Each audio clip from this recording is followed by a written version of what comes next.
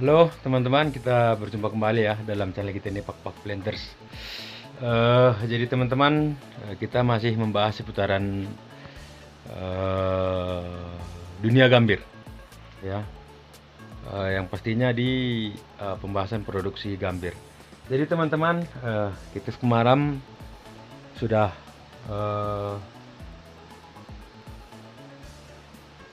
merebus daun gambir dan ini hasilnya kurang bagus ya teman-teman ya, karena kemarin hujan dan tidak bisa untuk ambil daun sebanyak mungkin karena kita takut lah kan, yang namanya hujan pasti banyak yang dijagakan.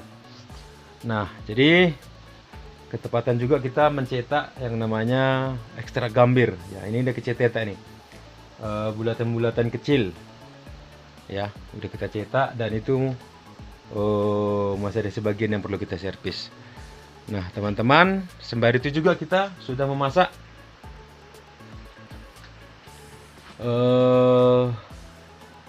kita sudah merebus daun gambir ya, bisa dilihat.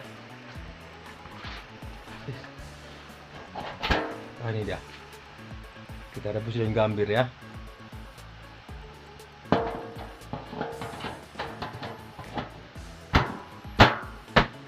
Oke, asap. Nah teman-teman, jadi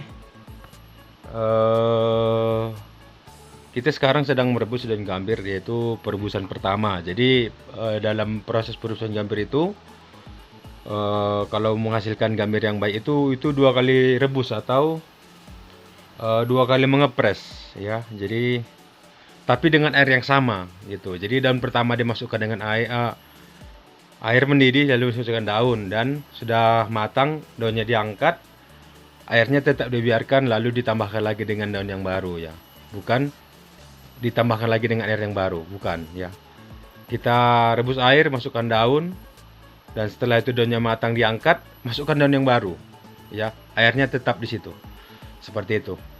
Nah teman-teman, yang ingin kami sampaikan ya, jadi di situ teman-teman, itu adalah dandang yang terbuat dari stainless ya, stainless, dan sana juga ada yang terbuat dari aluminium ya. Jadi teman-teman, kita tidak mendiskualifikasikan tentang cara menggambir di daerah lain ya, tapi di daerah kita ini, daerah Papak Barat khususnya di Desa Hornakan, kita mengolah gambir itu, merebusnya dengan dandang yang terbuat dari stainless ataupun dari aluminium. Kenapa tidak dari besi? Itu. Nah, jadi teman-teman, orang tua kita dulu pernah melakukan perebusan dengan menggunakan periuk besar gitu ya. Tahu kan teman-teman periuk? Nah itu ya, jadi setelah matang dan setelah diendapkan, hasilnya itu sangat jelek, agak kehitaman dan tidak bagus hasilnya. Nah mungkin karena periuk yang baru ya, jadi setelah itu digunakan lagi dengan periuk tersebut dengan perebusan yang kedua di hari yang berbeda, direbus lagi dan tetap lagi seperti itu, dilanjut lagi, direbus lagi, dan hasilnya tetap buruk, seperti berkarat dan hitam gosong seperti itu hasilnya ya. Hasil dan rasanya pun tidak enak ya, seperti itu kata orang tua dulu. Jadi digantilah wadah untuk merebusnya itu dengan dandang yang terbuat dari aluminium dan stainless. Nah ini dia teman-teman, ini adalah dandang yang terbuat dari stainless ya, bisa diperhatikan sampai ke ininya, paku-paku untuk menyatukan apanya ini pun terbuat dari stainless ya, semuanya ini ya. Nah oke, ini dia baru plus ini. Nah ini Tidak ada yang berkarat kan teman-teman. Nah ini nih. Jadi kalau dia sudah sedikit kerusakan, ya digunakan untuk menampung air. Tapi yang pasti ini adalah terbuat dari aluminium, ya bisa diperhatikan ya. Oke, maka hasilnya cukup bagus seperti itu. Jadi untuk teman-teman yang ingin kami sampaikan, gambir itu yang dari sini ya, ekstrak gambir yang dari sini itu berbeda sifat dengan yang namanya besi ya. Ini pun alat pengepresnya ini adalah besi putih.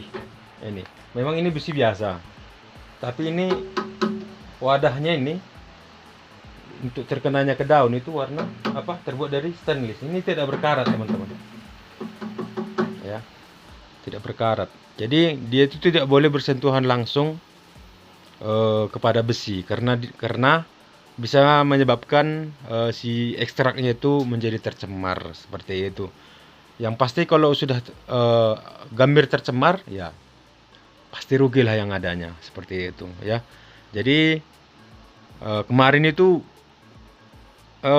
terpikir oleh saya kan, jadi nanya sama orang tua, kenapa nggak pakai periuk yang besar atau kuali yang besar, kan ada.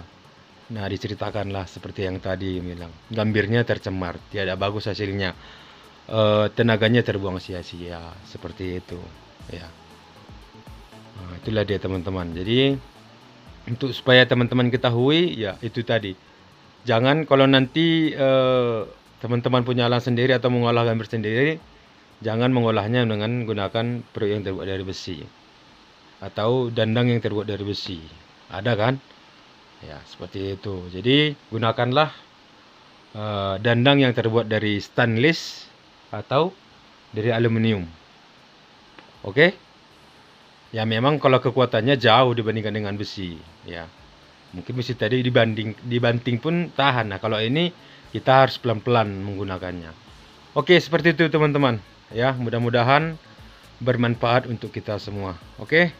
Terima kasih Njoh Jua dari Tanah Simsim.